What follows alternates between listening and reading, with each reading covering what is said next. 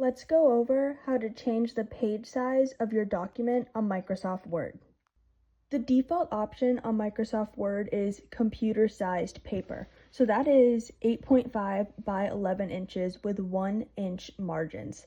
Now I am mentioning the margins here because the first time I ever changed the page size, I got a little bit of a jump scare, and you'll see what I mean in a second. But how do you get it down to book size? You know, the size that you actually see on your shelf. Now, the actual page size that you choose is going to depend on a variety of factors.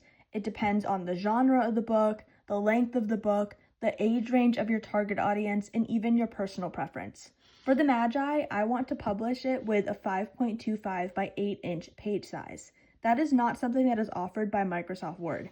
The reason I bring this up is because if you navigate right here to where it says layout, and you go to where it says size, you can change it to any size you want, but none of these are the size that I want. I want something custom. So I'm going to navigate all the way to the top. I'm going to hit format. I'm going to hit document, and then you get this little pop-up. Now at this moment in time, all I care about here is that it says whole document, nothing else. I'm going to go down to page setup.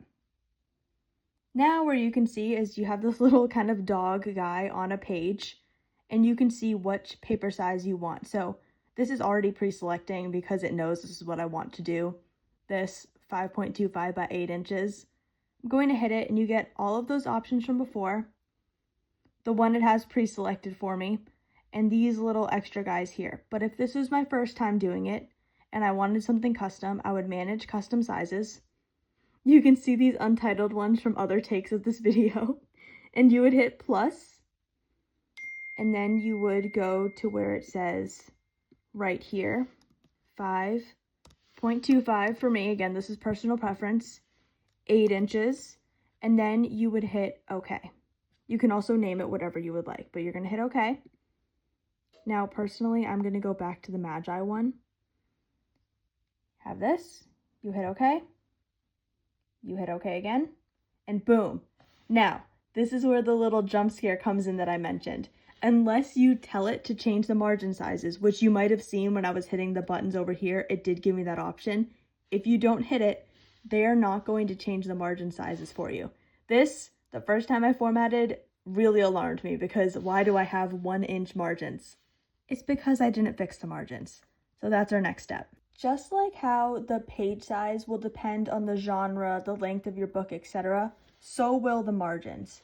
But what I can tell you for certain is that 1-inch margins are not what you want. For the sake of this video, I am just going to plug in the same margins I did for one of my previous novels, Unbound, but the Magi is a different page count, so some of those margins will change later. For now, what you're going to do is navigate to where it says layout, and then margins actually has a custom margin option right here, unlike the page size. So you go to custom margins, and you can see 1, 1, 1, 1. You want to change that. But first, you want to make sure it's the whole document. You also want to make sure it's what's called mirror margins. So when you have a book, and you have the book the left side and the right side, those need to mirror each other because that one in the crack is called the gutter. And the gutter margin needs to be larger so that people can, read the book, see all of the words. So that is why you select mirror margins. It is then going to make them look shifted to the left and right depending on the page you're on. For Unbound, I had a 0.35 on the top and on the bottom. I had on the inside,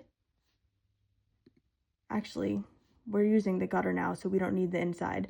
On the gutter, I'm going to just put 0.25 and the outside 0.25. Remember, you're going to want to see what is the recommended margin size based on the page count of your book. So right now I'm at 310 pages. What I will be doing is going to KDP, looking for their recommended sizes for their margins, and then updating from there. I'm going to hit OK. And look at that. I suddenly have a lot more words on the page. Now, at this moment in time, I have comments in the document, so things look a little wonky. And you can also tell that's a really small margin.